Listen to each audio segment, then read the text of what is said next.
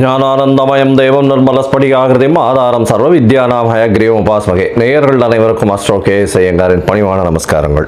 ராகு கேது பெயர்ச்சி 2025 ஏப்ரல் 26ஆம் தேதி சித்திரை மாதம் 13ஆம் நாள் சனிக்கிழமை ரேவதி நட்சத்திரத்தில் இந்த ராகு கேத்துவினுடைய பெயர்ச்சியாகுது. ராகு கேத்து பெயர்ச்சி அப்படின்றது என்ன அப்படின்னா, ராகு கேத்து இந்த ரெண்டு கிரகங்களும், அதாவது ஒரே கிரகங்கள், ஒன்று தலையாகவும் ஒன்று வாலாகவும் கருதப்படுகிறது. இந்த ரெண்டு கிரகங்களும் பார்த்தாலேயானால் 180 பாகையில் ஒன்றுக்கு ஒன்று இருக்கும். இதன் மூலியமாக பார்த்தாலேயானால் எல்லா கிரகங்களும் 7 கிரகங்களும் அதாவது வலப்புறமாக போகும், கிளாக் வைஸில் போகும். ஆனால் ராகு கேத்து மட்டும் இடப்புறமாக போகும், அதாவது ஆன்டி கிளாக் வைஸில் போகும். இதன் மூலியமாக இவ்வளவு நாள் மீன ராசியில் இருந்த ராகு இப்பொழுது கும்பராசிக்கும், கேது கன்னியா ராசியில் இருந்தவர் இப்போ சிம்ம ராசிக்கும் வரார். அதாவது பூரட்டாதி 4ஆம் பாதத்தில் இருந்தவர் பூரட்டாதி 3ஆம் பாதத்துக்கு வரார். உத்திர நட்சத்திரம் 2ஆம் பாதத்தில் இருந்த கேது உத்திர நட்சத்திரம் 1 பாதத்துக்கு வரார். ஸோ இதுதான் ராகு கேத்துவினுடைய மாற்றம். இது 26/4/2025 வருது. இதற்கு அடுத்த ராகு கேது பெயர்ச்சி பார்த்தேனால் 13/11/2026. பொதுவாகவே 1.5 வருஷம் இந்த ராகு கேத்துக்கள் ஒரு ராசியிலையும் இருக்கும்.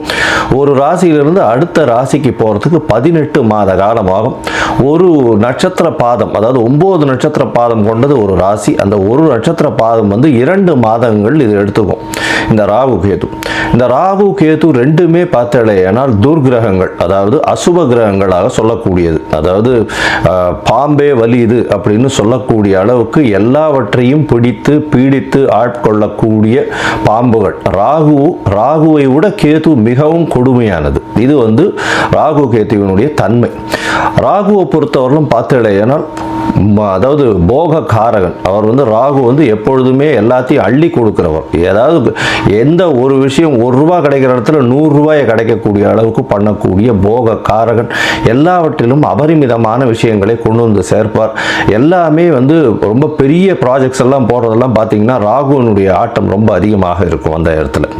சரி, கேதுவை பற்றி எடுத்தோமானால் எல்லா விஷயத்தையும் சுருக்குவார், தனிமைப்படுத்துவார், அசிங்கப்படுத்துவார், அதாவது கேவலப்படுத்துவார். எல்லாவற்றையும் தானே புரிந்து கொள்ள அளவுக்கு எல்லா விஷயத்தையும் அனலைஸ் பண்ணி அதுக்கு உள்ள இருக்கிற விஷயங்களை, மூலக்கூறுகளை சென்று பார்க்கக்கூடிய அளவுக்கு அவர் யோசிக்க வைப்பார்.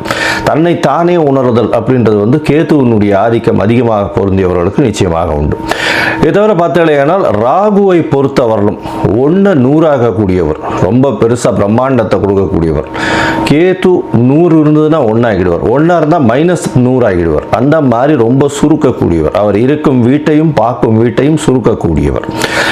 இந்த பொதுவாகவே ராகு கேது ரெண்டுமே துர்கிரகங்கள். ஆனால் சுபர்களுடைய பார்வையோ சுபர்களோட சேர்ந்து இருக்குமேயானால் ரொம்ப பெரிய ஏற்றத்தை கொடுக்கும். அதை தவிர பார்த்தேனால் சுபர்கள்னு சொல்றதை விட அவர்கள் எந்த வீட்டில் இருக்கிறார்களோ அவர்கள் ஆட்சி உச்ச மூல திரிகோண வீடுகளாக இருந்து அது ஒரு பெரிய ஏற்றத்தை கொடுக்கும். திடீர் ஜாக்பாட் எல்லாம் அடிக்கக்கூடிய காலகட்டமாக அமைய போகிறது.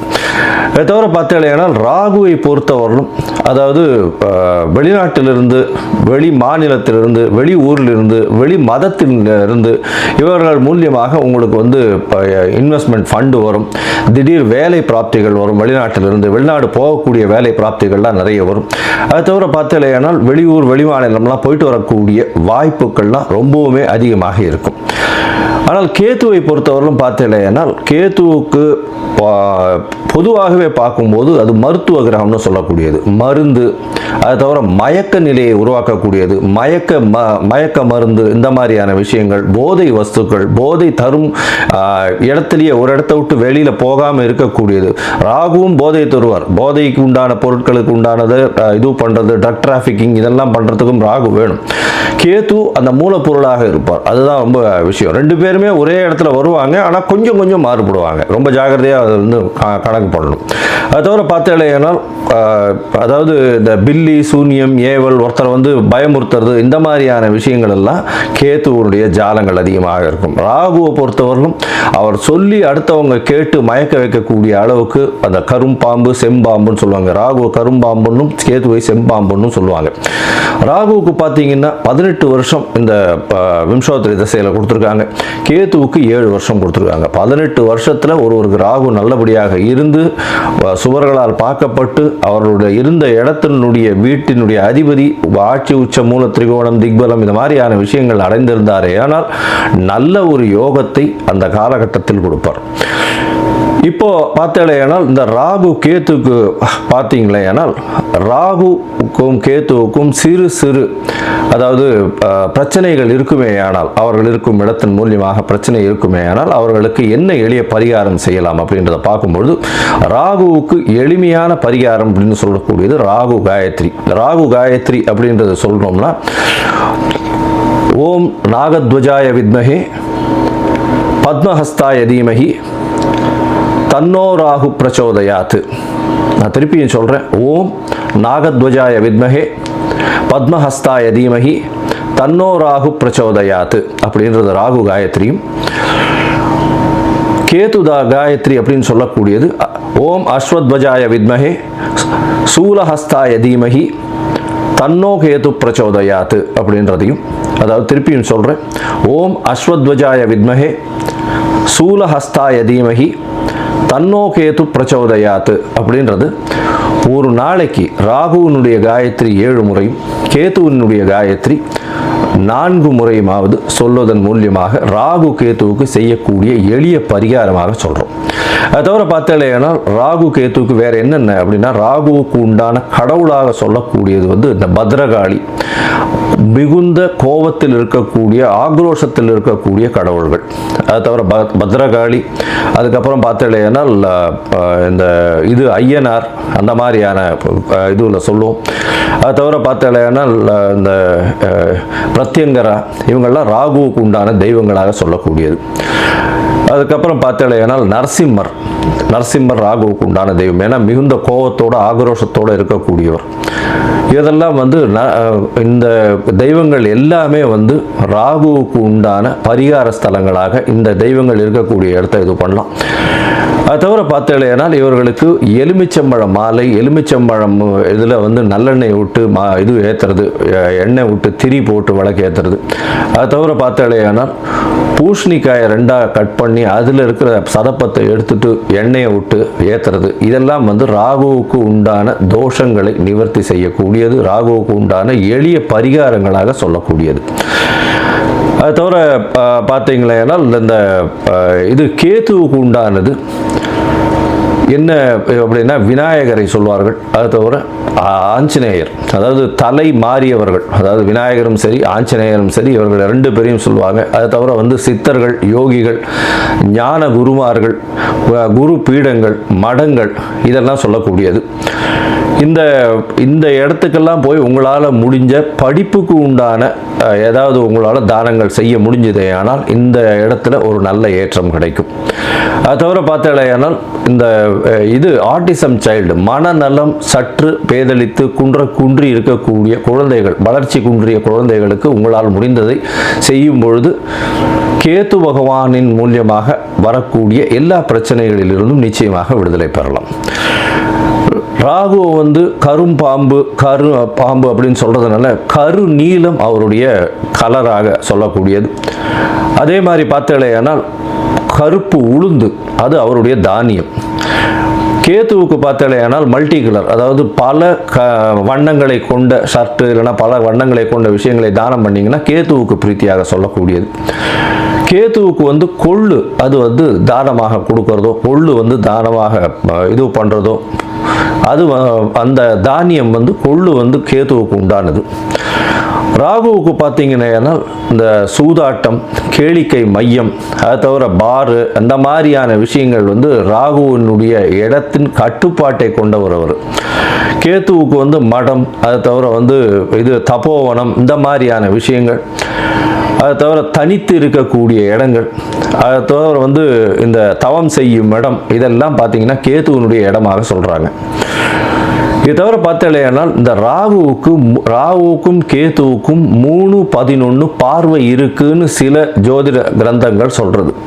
அதாவது இப்போ பார்த்தலையானால் கும்பராசியில் ராகு இருக்கிறதுனால 3ஆம் இடம்னு சொல்லக்கூடிய மேஷத்தையும் தனுசு அப்படின்ற 11ஆம் இடத்தையும் பார்க்கறது ராகு. கேத்துவை பொறுத்தவரையிலும் மிதுனத்தையும் துலாத்தையும் பார்க்கும். அவர் இருக்கும் வீட்டிலிருந்து 3-11 7ஆம் இடத்தை எல்லா கிரகங்களும் பார்க்கும். ஏன்னா சப்தம பார்வை உண்டு அப்படின்றத சொல்கிறது. சரி, இப்போ வந்து ராகுவை பற்றி பேசணும்னா பேசிகிட்டே இருக்கலாம். கிட்டத்தட்ட வந்து ஒரு 3 மணி நேரம் 4 மணி நேரம் கூட கண்டினியூஸாக பேசலாம். ஆனால் இப்போ வந்து நம்ம ஒரு ராசிக்கும் மேஷம் முதல் மீனம் வரை என்னென்ன பலன்கள்னு பார்ப்போம். அதை தவிர தனியாகவே ராகுவுக்குன்னு ஒரு 1/2 hour 1 hour வீடியோ தனியாக போடுறேன். நான் பார்ட் 1 பார்ட் 2 தனியாக போடுறேன். சரி, இப்போது மேஷம் முதல் மீனம் வரை இந்த ராகு கேது பெயர்ச்சியின் மாற்றங்கள் ஏற்றங்கள் என்னென்ன, அவர்களுடைய பார்வை என்ன பரிகாரங்கள் செய்யலாம், என்ன கோயிலுக்கு போகலாம் அப்படின்றத பார்ப்போம். இந்த சேனல், என்னுடைய சேனல் பார்த்துட்டு இருக்கவங்க உங்களுக்கு ஜாதகம் பார்க்கணும் அப்படின்னா நீங்கள் என்னுடைய மொபைல் நம்பருக்கு, கீழே கொடுக்கப்பட்டிருக்கிற மொபைல் நம்பருக்கு எனக்கு வாட்ஸ்அப் பண்ணுங்க. உங்களுடைய பெயர், உங்களுடைய தாய் தகப்பனார் பெயர், உங்களுடைய பிறந்த நேரம், தேதி, உங்களுடைய பிறந்த இடம், date of birth, time of birth, place of birth, உங்களுடைய நேம், பேரண்ட்ஸ் நேம், இது வரலாம் அனுப்புங்க. சந்தி இருக்கான்னு பார்க்குறேன். ஏன்னா லக்ன சந்தி, பாத சந்தி இதெல்லாம் பார்க்கணும். சந்திரனுடைய சந்தி இருக்கா, என்ன ஏதுன்னு பார்க்கணும். இதற்கு காரணம் என்ன அப்படின்னா பல வகையான பஞ்சாங்கங்களை உபயோகப்படுத்துகிறார். பஞ்சாங்கங்கள் உபயோகப்படுத்தக்கூடிய இடமும் வந்து பல இடங்கள் மாறுபடும். அதாவது ஸ்ரீரங்கத்து பஞ்சாங்கத்தில் டெல்லியில் பிறந்த குழந்தைகளுக்கு பேஸ் பண்ணி பார்ப்பா. அப்போது சூரிய உதயமே மாறும். அதனால் சந்தி வரக்கூடிய வாய்ப்புகள் மிகவும் அதிகம். அவங்க வந்து மிருகசீரிஷ நட்சத்திரம் அப்படின்னு நினச்சிட்டு இருப்பாங்க, 2ஆம் பாதம் அப்படின்னு நினச்சிட்டு இருப்பாள். ஆனால் பார்த்தாலேயானால் 3ஆம் பாதத்தில் மிதுன ராசியில் இருப்பாள். இந்த அவள் வந்து 50 வயசு ஆகிட்டு இருக்கும், ரிஷப ராசிக்கு வந்து அர்ச்சனை பண்ணிட்டு இருப்பாள். ஆனால் மிதுன ராசியில் பிறந்திருப்பாள். ஸோ இந்த மாதிரியான மாற்றங்கள்லாம் நிறைய இருக்குது. அதனால் உங்களுடைய ஜாதகத்தை நானே போட்டு அதன் வழியாக சந்தி இருக்கான்றதை பார்த்து உங்களுக்கு உண்டான பலன்கள் என்ன ஏதுன்றதை டிஸ்கஸ் பண்ணுறேன். அதற்குண்டான கட்டணம் என்னன்றது போடுறேன். அந்த கட்டணத்தை செலுத்திட்டு நீங்கள் அப்பாயின்மெண்ட் எடுத்துக்கோங்க. சரி, இப்போது ராகு கேதுவின் பயிற்சி 2025 2026 மேஷம் முதல் மீனம் வரை ஒரு ராசியாக. மீனம், பூரட்டாதி, உத்திரட்டாதி, ரேவதி, இந்த 3 நட்சத்திரம் 9 பாதங்களை கொண்ட ராசி. ராசியின் அதிபதினு சொல்லக்கூடியவர் குரு. ராசிக்கு இந்த ராகு கேது பயிற்சியின் பொழுது 3ஆம் இடத்துல இருக்கார். வருஷ கிரகம் ராகு கேது வந்து 1.5 வருஷத்து கிரகம். அதாவது ஒரு ராசியிலிருந்து அடுத்த ராசிக்கு 1.5 வருஷம் எடுத்துக்கிறார் மாறுறதுக்கு. இந்த ராகு கேத்துவினுடைய பெயர்ச்சி, அதாவது ராகு உங்களுடைய ராசியில் இவ்வளோ நாளாக இருந்து மிகப்பெரிய தொல்லையை கொடுத்து பிரச்சனைகளை கொடுத்துருந்தார். அதாவது எண்ணங்கள் அபரிமிதமாக போய் உங்களுக்கு தொல்லைகளை கொடுத்துருந்தார். இப்போ வந்து ராகு 12ஆம் இடத்துக்கு போகிறார். இதனால் என்ன ஒரு மாற்றம் இருக்குது. அதே மாதிரி கேது 7ஆம் இடத்துலேருந்து 6ஆம் இடத்துக்கு போகிறார். இதன் மூலியமாக என்ன ஏற்றங்கள் இருக்குது அப்படின்றத பார்க்கலாம். ராகு ராசிக்கு 12ஆம் இடத்துல போகிறதுனால வெளிநாடு பயணம் போகக்கூடிய வாய்ப்புகள் உண்டு. வெளிநாடு, வெளியூர், வெளிமாநிலம் செல்லக்கூடிய பாக்கியம் உண்டு. தேவையற்ற செலவுகள் வரும். அதாவது அபரிமிதமான செலவுகள், அதாவது எண்ணி பார்க்கவே முடியாத அளவுக்கு தேவையற்ற செலவுகளை பண்ணக்கூடிய வாய்ப்புகள் உண்டு. கலை பொருட்கள் மேலே, அது சூதாட்டம் இந்த மாதிரியான விஷயங்கள் மேலே நாட்டங்கள் கொஞ்சம் அதிகமாக போகும். தேவையற்ற பானங்கள், இந்த மாதிரியான விஷயங்கள், நண்பர்கள் மூலியமாக தேவையற்ற விஷயங்களில் ஈடுபடக்கூடிய வாய்ப்புகள் நிச்சயமாக இருக்கும். கேளிக்கை இந்த மாதிரியான விஷயங்களில் உங்களுடைய பணத்தை விரயம் பண்ணக்கூடிய வாய்ப்புகள் நிச்சயமாக உண்டு. வெளிநாடு, வெளியூர் பயணங்கள் செல்லக்கூடிய வாய்ப்புகள் உண்டு. இந்த காலகட்டத்தில் பார்த்தேன்னா உங்களுடைய ராசிக்கு 12ஆம் இடத்துல இருக்கிறதுனால பண வரவிற்கு பஞ்சம் இருக்காது. ஏன்னா செலவுகள் அவ்வளோ பண்ணோன்னா இருக்கிற பணம் நிறைய வந்தால் தான் செலவும் பண்ண முடியும். அதே மாதிரி உங்களுக்கு வெளிநாடு பயணம் இருக்கிறதுனால வெளிநாட்டில் போய் சம்பாதிக்கக்கூடிய வாய்ப்பும், என்ன வரக்கூடிய பணத்தை சேர்த்து வைக்காமல் செலவு பண்ணக்கூடிய வாய்ப்புகள் மிகவும் அதிகமாக போகும். 10 ரூபா வருதுன்னா 12 ரூபா செலவு பண்ணுவீங்க, 2 ரூபா அடிஷ்னலாக கடன் வாங்கி செலவு பண்ணுவீங்க. அந்த மாதிரியான விஷயங்கள் ஏற்படும். இதை தவிர பார்த்தீங்கன்னா உங்களுக்கு இந்த மீனராசிக்காரர்களுக்கு புதிய வேலை கிடைக்கும், வேலையில் மாற்றங்கள் கிடைக்கும், புதுசாக ஒரு வேலைக்கு சேஞ்ச் ஆகக்கூடிய வாய்ப்புகள் நிச்சயமாக இருக்கும். உங்களுடைய ராசிக்கு சப்தமத்தில் கேத்து இருக்கார். இந்த காலகட்டத்தில் எதிர்பாலினத்தவரை நம்புவது சற்று கொஞ்சம் பொறுமையாக இருக்கிறது நல்லது. அது தவிர கூட்டு தொழிலில், அதாவது 7ஆம் இடத்துல இருந்த கேத்து 6ஆம் இடத்துக்கு போகிறார். இவ்வளோ நாளாக இருந்திருந்தது 7ஆம் இடத்துல கூட்டு தொழில் இந்த மாதிரியான பிரச்சனைகள் இருந்திருந்தது. இப்போ 6ஆம் இடத்துக்கு போகிறதுனால பார்த்தோம்னா வேலையில் மாற்றங்கள் கிடைக்கக்கூடிய வாய்ப்புகள் உண்டு.